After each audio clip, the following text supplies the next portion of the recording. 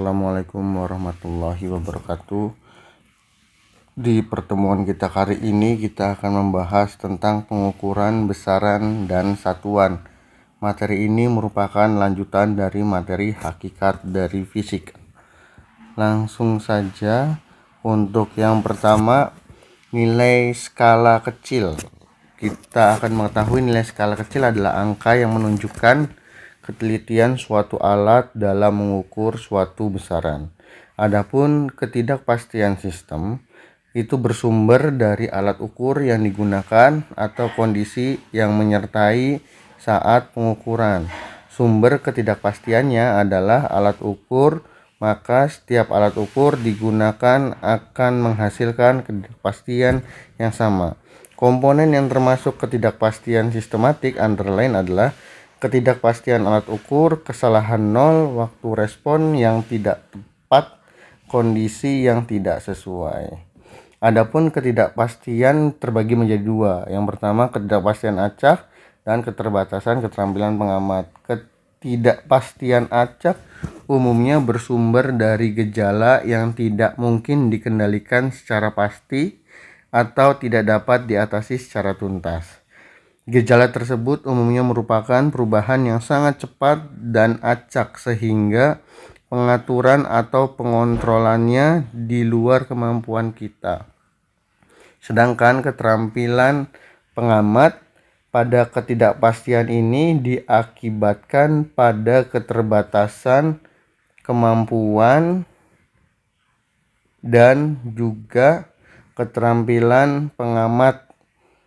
Adapun keterampilan pengamat ini dapat disebabkan oleh keterbatasan pada kemampuan dan juga keterampilan pengamat dalam mengamati atau bereksperimen, keterbatasan terhadap kemampuan, keterampilan dalam menguasai teknologi alat ukur yang sudah canggih dan mutakhir sering dianggap sebagai alat ukur yang rumit dan juga sulit digunakan, padahal anggapan tersebut belum tentu benar, bahkan mungkin dapat dikatakan hal yang salah.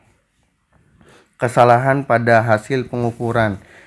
Yang pertama, alat ukur dengan skala analog. Alat ukur tanpa skala Nonius adalah mistar, contohnya mistar atau penggaris, pasti kalian punya. Alat ukur dengan skala Nonius, contohnya jangka sorong dan mikrometer skrup. Ini jangka sorong, yang di bawahnya adalah mikrometer skrup. Sedangkan alat ukur dengan skala digital, stopwatch atau neraca. Yang ini stopwatch untuk mengukur waktu, yang ini salah satu ilustrasi dari neraca. Lanjut, untuk pengukuran merupakan proses membandingkan suatu besaran yang diukur menggunakan besaran lain yang sudah ditentukan, skala dan satuannya. Hasil pengukuran tunggal biasa ditulis rumusnya X sama dengan X0 plus minus delta X. Kalau kalian ketemu dengan segitiga, ini dibacanya delta. Keterangannya, X adalah besaran yang diukur, X0 adalah hasil pengukuran yang dibaca, delta X adalah ketidakpastian pengukuran, atau sama dengan setengah skala terkecil dari alat ukur tersebut. Pengukuran panjang adalah satu besaran pokok yang dapat diukur menggunakan mistar, jangka sorong, mikrometer skrup. Itu salah satunya. Contohnya adalah penggaris. Penggaris ini atau mistar biasanya memiliki skala terkecil 1 mm, sehingga ketelitian mistar adalah 0,5 mm atau 0,05 cm. Contohnya seperti gambar. Hasil pengukurannya adalah 3,1. Kenapa 3,1? Karena dia mulai dari sini. Ini sampai sini.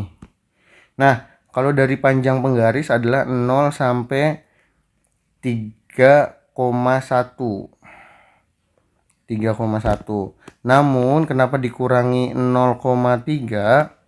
Karena dia tidak mulainya dari 0, melainkan dimulainya dari 3. Ini 1, 2, 3. Nah, di sini adalah 0,3.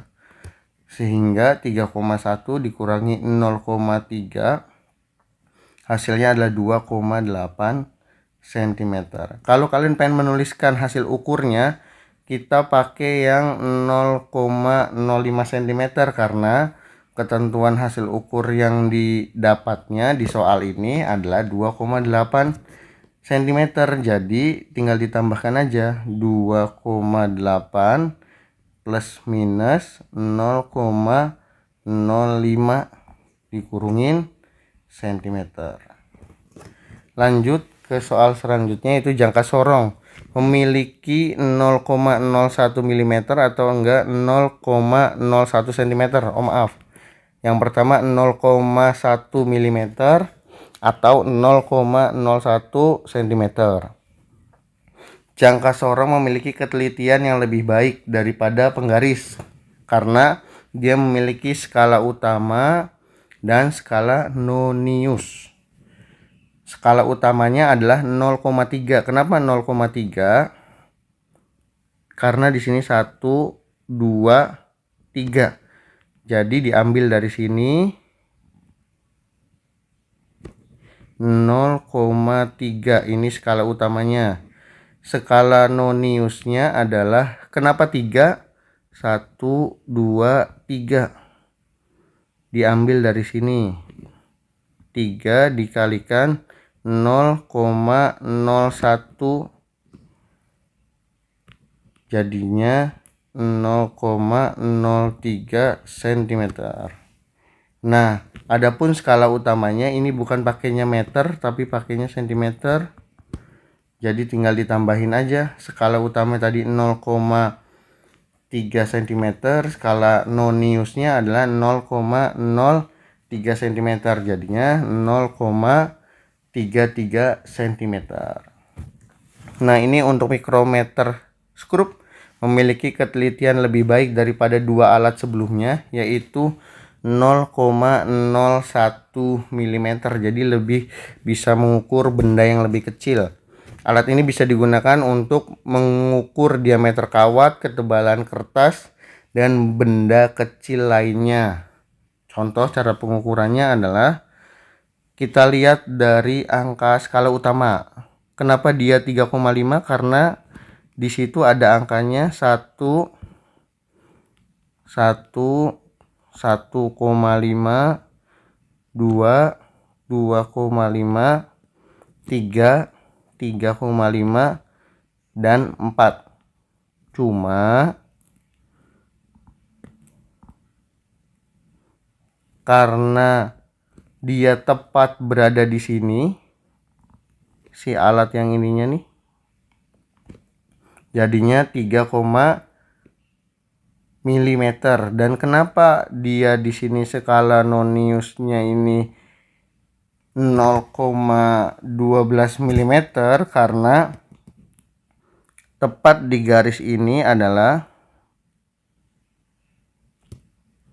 12 angkanya, dari 10, 11, 12, 13, 14, 15. Dia tepat di arah 12. Jadi tinggal dijumlahin aja, 3,5 ditambah 0,12 hasilnya adalah 3,62. Lanjut ke pengukuran massa. Pada pengukuran massa merupakan salah satu besaran pokok yang bisa diukur menggunakan timbangan atau neraca. Neraca yang bisa digunakan pada skala laboratorium adalah neraca Ohaus 3 lengan. Neraca memiliki 3 lengan dengan rincian sebagai berikut. Lengan belakang itu adalah 0 sampai 500 gram. Berarti yang ini. Lengan tengah 0 sampai 100 gram. Berarti yang ini. Lengan depan 0 sampai 10 gram. Berarti yang ini. Hasil pengukuran massa di atas adalah yang pertama dulu 400 gram. Yang belakang dulu nih. 400 gram. 70 gram. 9,4 gram. Karena di sini 4 nih. 1, 2, 3, 4. Jadi 9,4 gram. Di total jadi 479,4 gram. Lanjut ke pengukuran arus dan tegangan. Alat untuk mengukur arus listrik disebut ampere meter. Sedangkan alat mengukur tegangan listrik adalah voltmeter. Adapun contoh gambar alatnya adalah sebagai berikut. Nah, kita sebagai seorang fisikawan atau seorang pelajar, kita akan mengukur ampere meter. Contohnya, tadi angka yang 60 ini adalah skala jarum. Sedangkan skala akhirnya itu 100. Nah, ini sudah pasti nih 100. Batas ukurnya mereka ngambilnya yang 5. Kenapa yang 5? Karena percis seperti ini. Jadi langsung aja 60 dibagi 100 dikali 5 jadi 3 ampere. Lanjut ke pengukuran volume benda tak beraturan. Pada materi ini kalian bisa menggunakan gelas ukur yang diisi benda yang akan diukur volumenya. Pertambahan volume pada gelas ukur menunjukkan volume benda tersebut. Contoh misalkan kita artikan keadaan kedua adalah volume kedua, keadaan pertama adalah volume pertama, di mana volume kedua ada sebuah logam di dalamnya. Tapi yang mau kita ukur adalah volumenya. Dia volumenya berada di angka 100 berarti. Sedangkan untuk yang V1-nya tanpa benda dia berada di 50. Tinggal dikurangi aja. 50 dikurang 100 dikurang 50 hasilnya ada 50. Ini volume logam di atasnya, selisihnya berapa? Seperti itu. Lanjut ke pengukuran waktu. Alat yang bisa digunakan untuk mengukur waktu adalah stopwatch. Kalian dapat melihat gambar di sini, di mana angka di sini adalah 10, 11, 12. Jadi 12 detik. Angka di sininya adalah 2 menit. Artinya hasil pengukuran waktu menggunakan stopwatch di atas adalah 2 menit 12 detik. Sekarang kita berbicara tentang aturan angka penting. Angka penting adalah semua angka yang diperoleh dari hasil pengukuran meliputi angka pasti dan angka taksiran. Penulisan angka penting menunjukkan ketelitian suatu hasil pengukuran. Aturan angka pentingnya, yang pertama, semua angka bukan 0 merupakan angka penting. Contoh, 2,34 itu memiliki 3 angka penting. 65765 itu ada 5 angka penting. Yang kedua adalah semua angka 0 yang terletak di antara angka bukan 0 merupakan angka penting. Contoh misalkan 3,009 itu ada 4 angka penting. 70,6 itu ada 3 angka penting. Selanjutnya yang ketiga, angka 0 yang terletak di sebelah kanan angka bukan 0 merupakan angka penting. Contohnya 3000 ini ada 4 angka penting. 1230 ini ada 4 angka penting. Yang keempat, angka 0 yang terletak di sebelah kiri angka bukan 0 baik di kiri maupun di kanan, koma bukan termasuk angka penting. Contoh 0,1 dia cuma punya satu angka penting. 0,005 dia punya satu angka penting. 0,0567 dia punya 3 angka penting. Semua angka sebelum faktor pengali pada notasi ilmiah merupakan angka penting. Lanjut, di sini ada operasi angka penting di mana operasi tersebut meliputi dari perkalian, penjumlahan, dan pembagian. Sebagai contoh, kalian bisa melihat pada gambar di mana 1,23 ditambah 6,5 hasilnya adalah 7,73 atau 7,3. Ini memiliki 2 angka penting. Yang ini 3 angka penting. Nah, yang ini adalah 2 angka penting. Karena yang paling kecil ada 2 angka penting, maka hasil akhirnya pun harus 2 angka penting. Kita lanjut ke proses pengurangannya. Ini baru penjumlahan. Pengurangannya 25,84 dengan 2,30. Nah, pada saat di hasil ini yang atas adalah 4 AP, yang di belakang, yang di bawahnya adalah 3 AP. Tinggal kita kurangi aja. Jadi 23,54 atau kita bisa bulatkan 23,5. Hasilnya adalah 3 angka penting. Lanjut ke perkalian, di mana perkaliannya 2,1 dikalikan 2,25, itu hasilnya adalah 4,725 atau bisa kita bulatkan 4,7. 2,1 adalah 2 angka penting, 2,25 adalah 3 angka penting, 4,7 adalah 2 angka penting. Sekarang ke proses pembagiannya. 24,25 dibagi 2,2.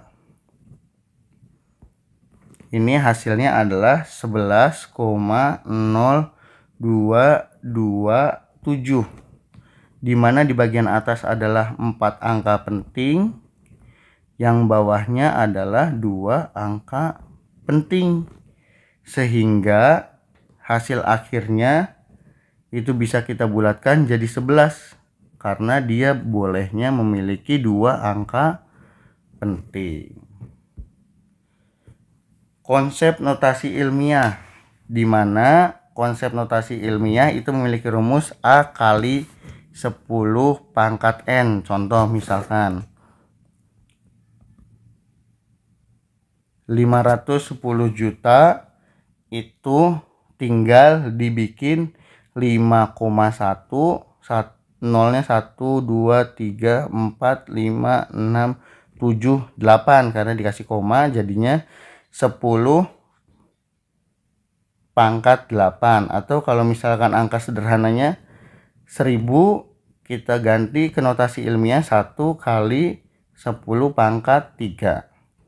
Begitupun sama yang bawah 0,00000087, berarti 8,7, 1, 2, 3, 4, 5, 6, 7, 8. Berarti tinggal 8,7 dikali 10 pangkat min 8. Atau bisa dikatakan 0,01 itu adalah 1 dikalikan 10 pangkat min 2. Ini sama aja. Mungkin itu saja yang bisa disampaikan. Terima kasih atas perhatiannya. Billahi taufiq wal hidayah. Wassalamualaikum warahmatullahi wabarakatuh.